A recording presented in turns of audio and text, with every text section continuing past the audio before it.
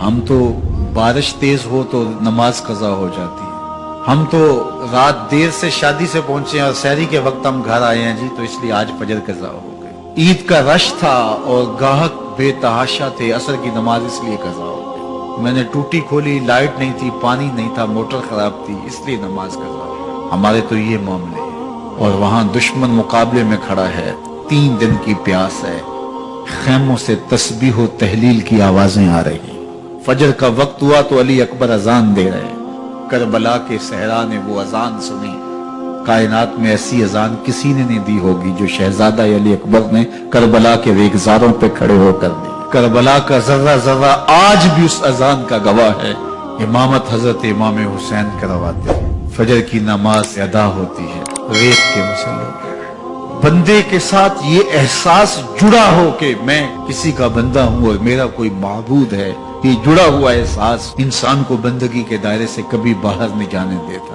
تو بدن زخموں سے چور تھا۔ محتاط روایات کے مطابق جب آپ کا پیراہن اتارا گیا 122 سوراخ تیروں کے تھے، 33 زخم تلواروں کے اور 34 گھاؤ نیزوں کے۔ بخار کی تیزی ہو تو نمازیں چھوٹ جاتی ہیں، یہاں اتنے زخم، بہت ساری برچیاں بدن میں ٹوٹ گئی تھی، لخت لخت سے خون بہ رہا تھا، لیکن حسین ابن علی آتے ہی پیشانی سجدے میں رکھ کے کہتے ہیں سبحان ربی الاعلی۔ نماز قضا نہیں ہونے دی۔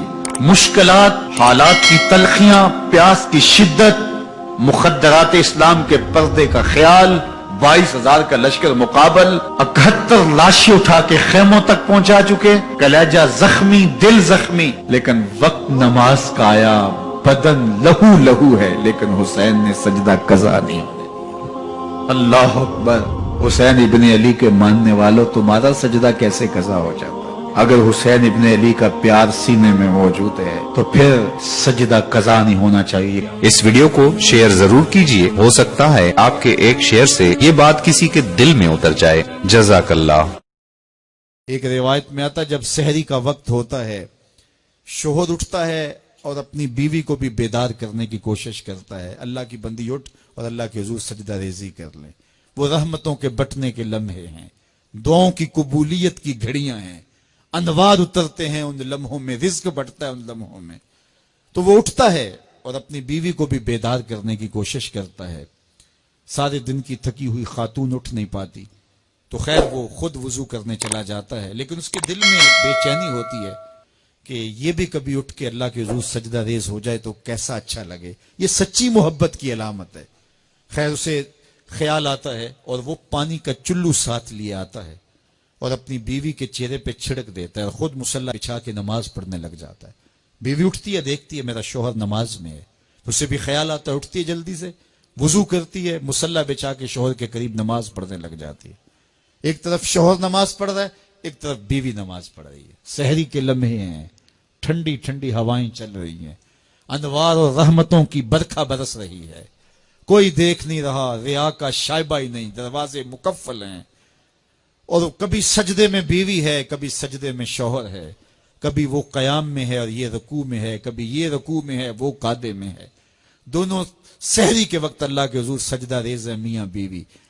حدیث پاک میں آتا ہے دونوں کو دیکھ کے رب مسکرا رہا ہوتا ہے، اپنی شان کے مطابق اللہ خوش ہو رہا ہوتا ہے کہ میرا بندہ اور میری دہلیز کی باندی کس طرح میرے حضور سجدہ ریز ہیں۔ اور اگر ان کو پتہ چل جائے نا کہ سجدے میں کتنی رحمتیں اتر رہی ہیں، وہ سجدے سے ساری نہ اٹھائیں۔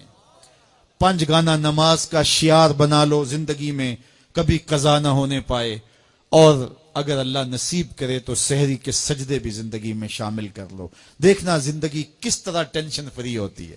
آج ہر بندہ کہتا ہے مشکلیں، او میاں جس وقت مشکلیں ٹلتی ہیں، جس وقت مصیبتیں زائل ہوتی ہیں، وہ لمحے تو سو کے گزار رہا ہوتا ہے۔ صبح اٹھ کے نمازی بھی ٹکریں مار کے جلدی جلدی صبح کا وقت گزارنے کی کوشش کرتے ہیں میرے جیسے نکمے لوگ، لیکن صاحب نہیں، وہ وقت تھوڑا سا دیجئے اور اس وقت میں بیٹھیے اور اللہ کے حضور سجدہ ریزیوں کا مزاج بنائیے۔ نماز میں جو سرور ہے، نماز میں جو لطف ہے اور بندگی کا جو مزہ ہے وہ کہیں اور نہیں ہے۔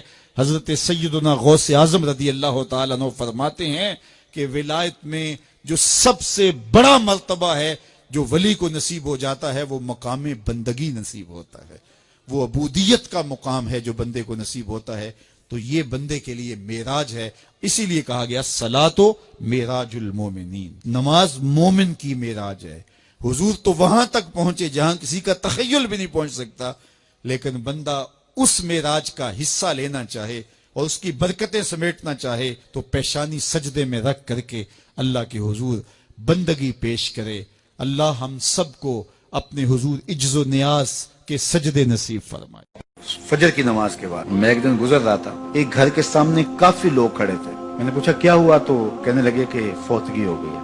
تو میں نے کہا کہ ان کا کوئی بیٹا نظر نہیں آ رہا، کہا تینوں بیٹے تبلیغ پہ گئے ہوئے ہیں۔ میں نے کہا اچھا ماں کی پھر اچانک طبیعت خراب ہوئی ہوگی، کوئی ہارٹ کا مسئلہ بن گیا؟ کہا نہیں ماں فالج میں مبتلا تھی۔ میں نے کہا پھر تو بہت زیادتی ہے کہ ماں فالج میں مبتلا اور تینوں بیٹے تبلیغ پہ گئے۔ ماں کو ضرورت ہے اور بیٹا جا کے پیر کے دربار پر بیٹھا ہے، غوث اعظم بھی ہیں تو فیض نہیں ملے گا۔ پہلا مرشد ماں ہے۔ میں بارسلونا کے ایئرپورٹ پہ تھا تو وہاں کوئی اپنا ہم زبان مل جائے بیرونی دنیا میں تو بڑا اچھا لگتا ہے، تو مجھے لگا کہ ساتھ والے بینچ پہ کوئی ماں بولی بول رہا ہے، تو وہ انڈین پنجاب کے لوگ تھے۔ کہا کہ یہ ہمارا دوست ہے، اس کو ہم الوداع کرنے آئے۔ تو میں نے پوچھا کتنے عرصے بعد جا رہے ہو؟ تو وہ کہنے لگا 27 سال 3 ماہ بعد۔ تو مجھے دلچسپی پیدا ہوئی، تو میں نے کہا کہ اتنا عرصہ؟ کہا کہ بس وہ آیا تھا اور ایسا الجھا، کاغذات کا مسئلہ بن گیا، تو اب اللہ نے بہتری کیا تو اب جا رہا ہوں۔ جب آیا تھا عنفوان شباب تھا اور اب تو بڑھاپا اتر رہا ہے، اور بڑے حسرت بڑے انداز میں کہنے لگا پتہ نہیں میرے گھر والے اب مجھے پہچانتے بھی ہیں یا کہ نہیں۔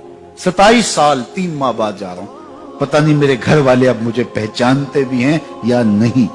میں نے کہا اور کوئی پہچانے یا نہ پہچانے، ماں قدموں کی آہٹ سے پہچان لے گی، یہ میرے پتر کے پیروں کی آواز لگتی ہے۔ تو والدین کی خدمت کریں گے تو سرخرو ہوں گے، ماں باپ کی بے ادبی کریں گے تو کبھی بھی آپ سرخرو نہیں ہوں گے۔ تو والدین کی رضا کو اللہ کی رضا سمجھو، رضا اللہ فی رضا الوالد و سخط اللہ فی سخط الوالد۔ والدین کی رضا میں اللہ کی رضا چھپی ہے اور والدین کی ناراضگی میں اللہ کی ناراضگی چھپی ہے۔ یہ تمہارے لیے دین ہے، نوافل پڑھے جا رہے ہیں لیکن ماں باپ کو ضرورت ہے تو ان کی خدمت نہیں کر رہے، اللہ کو وہ نوافل قبول نہیں ہے۔ ماں کے قدم دباؤ، باپ کے پاؤں چومو، تو تمہارے نوافلوں سے بہتر تمہیں جب وہ دعا دیں گے اللہ اپنی رحمتیں تمہارے اوپر نازل کرتے ہیں، تو ان کی خدمت کرو۔ ایک شخص جہاد کا اذن لینے کے لیے حضور کی خدمت میں آیا، حضور میں جہاد پہ جانا چاہتا ہوں، کتنی بڑی بات ہے، 6واں رکن ہے اسلام کا۔ لیکن آقا کریم کیا بولتے ہیں؟ احی والدہ کا، کیا تیرے والدین زندہ ہیں؟ کالا نعم، کہا جی حضور زندہ ہیں۔ کالا ففیہ ما فجاہد، کہا جا ان کی خدمت کر، یہی تیرا جہاد ہے۔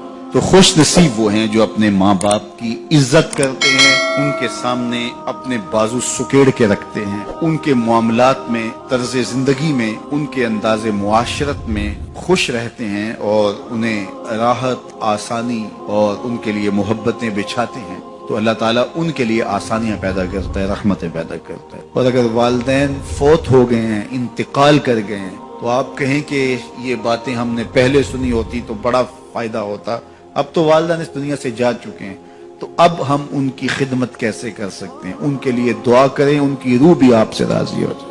ان کے لیے جمعۃ المبارک کے دن سورہ یاسین پڑھے جا کے ان کی قبر پہ، تو ان کی بھی مغفرت ہو جائے گی، آپ کی بھی مغفرت ہو جائے گی۔ یہ والدین کے ساتھ اس نے سلوک کا نتیجہ ہے۔ والدین کی رضا جوئی ہمیشہ ملحوظ رکھو۔ جو خوش نصیب اپنے والدین کو راضی رکھے ہوئے ہیں انہیں مبارک دیتا ہوں، اور اگر بدقسمتی سے میرے سننے والوں، دوستوں میں، پیر بھائیوں میں، ملنے والوں میں کسی کے ماں باپ ناراض ہیں تو وہ دیر نہ کرے، بہت جلد ان کو راضی کر لے۔